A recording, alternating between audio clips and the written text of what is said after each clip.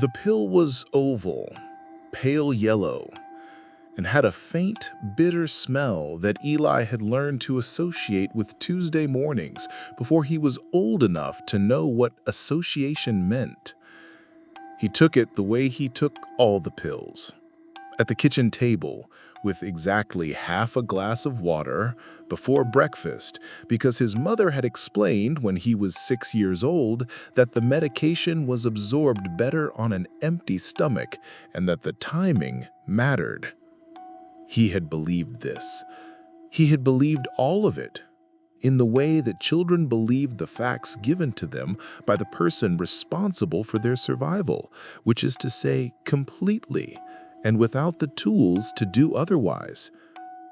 He was 17 years old. He had been taking pills of various sizes, shapes, and particular bitternesses at that kitchen table for as long as he could remember. The yellow oval on Tuesdays, a round white one at midday that had to be taken with food, 2 pale green capsules at night that made him drowsy enough to sleep, but not soundly enough to feel rested, a liquid supplement twice weekly that tasted of iron and old pennies, and that he had never been able to take without his eyes watering. He was a sick child. This was the fact around which everything else in his life had been arranged: school attendance, social plans, his father's work schedule, the particular layout of the kitchen where his mother kept the medications in a locked cabinet beside the refrigerator, the key on a chain she wore around her neck. He had never questioned the locked cabinet. It was simply part of the architecture of his life, as unremarkable as the stairs or the front door. On a Tuesday in March, he questioned it for the first time. His biology teacher, Miss Farrell, had kept him after class. She had been direct in the way that made him trust her. No cushioning, no diplomatic softening, just the thing she wanted to say, said plainly. She had told him he was one of the most naturally able students she had taught, and that she had been watching his attendance record and his test results, and something about the gap between them had been troubling her for months. She had asked, "Eli, when did you last feel completely well? Not managing, not functional. Well." He had opened his mouth and closed it again. He sat in the empty classroom with the afternoon light coming through the windows at a low winter angle, catching the dust in the air, and he genuinely tried to answer the question. He went back through the previous month, the month before that. He searched for a day, a single day in which he had woken up and felt the way the boys at school seemed to feel, the ones who ran without thinking about it and ate whatever they wanted and never sat down mid-afternoon because the tiredness had become a physical weight behind their eyes. He could not find one. Not in the previous year, not in the year before that, not anywhere in his accessible memory. He told Miss Farrell he thought he felt well enough. She looked at him for a moment with an expression he couldn't fully read. Then she said, "I'd like you to think about something. Not for me, for yourself." He thought about it on the bus home. He was still thinking about it at the kitchen table when his mother set the evening supplement in front of him, the iron-tasting liquid in its small measuring cup, and watched him drink it the way she always watched, attentively, making sure he took the full dose. He drank it. He watched the kitchen window. He thought about Miss Farrell's question and the fact that he had no answer. He began paying attention with a precision he had never previously applied to his own life.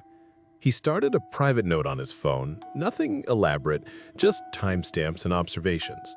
He noted when the symptoms were worst and cross-referenced them against the medication schedule and the meals his mother prepared. He noted when the stomach cramps were severest.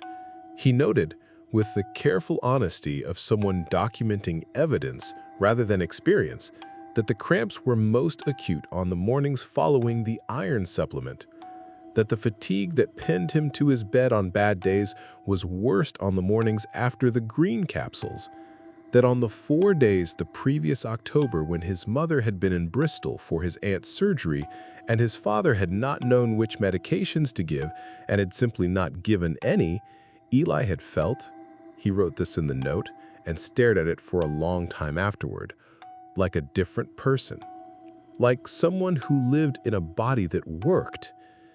He had told his father not to worry about the medications. He had said he would manage them himself for those 4 days. His father, relieved, had agreed. He had not taken a single one.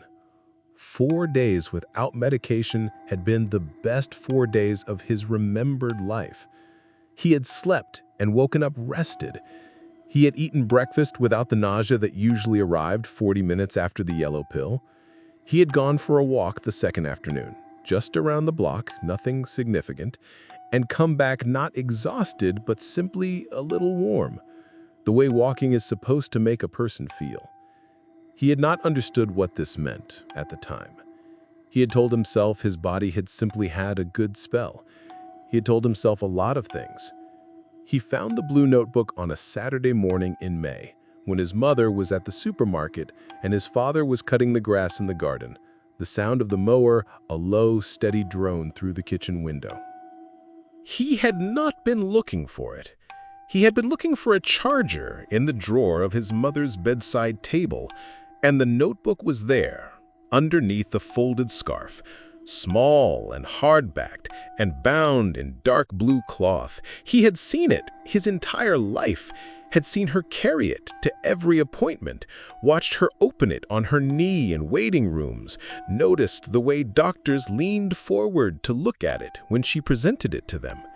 He had thought of it, without ever examining the thought, as evidence of her care. He opened it.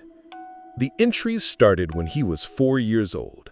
His mother's handwriting, small, very regular, the letters formed with the precision of someone who had been told her writing was difficult to read and had corrected it into something almost mechanical. Each entry had a date, a time, and a set of observations. Temperature recorded to a single decimal point. Food consumed listed item by item with quantities. Symptoms described with clinical specificity. Nausea onset at 09:14, lasting approximately 40 minutes. Loose stool, twice at 11:30 and 13:15. Complained of headache, rated 4 out of 10. Slept from 14 to 16:20. Temperature 37.9 at 17, down to 37.4 by evening. Page after page of it. 13 years of his suffering documented in his mother's hand with the thoroughness of a clinical trial. He turned to the entries from the previous October, the 4 days his mother had been in Bristol. She had written entries for those 4 days. October the 14th. Eli woke at 7:30, appeared pale. Nausea reported from 08. Refused breakfast. Temperature 37.8. Iron supplement administered 09. Rested until midday. Lunch taken in small amounts. Vomiting episode at 14:45.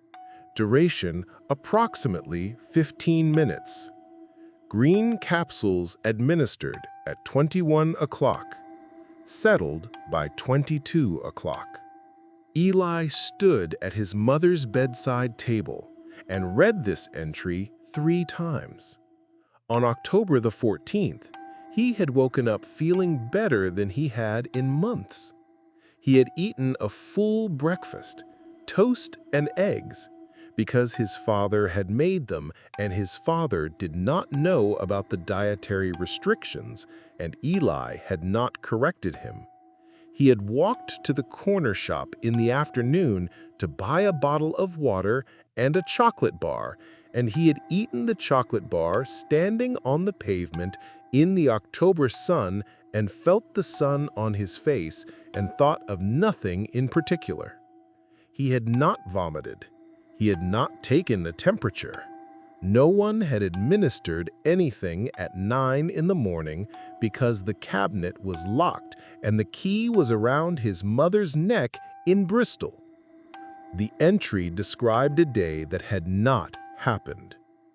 In specific, clinical, time-stamped detail, his mother had recorded a day of his suffering that she had not witnessed, that he had not experienced, that existed only in her handwriting.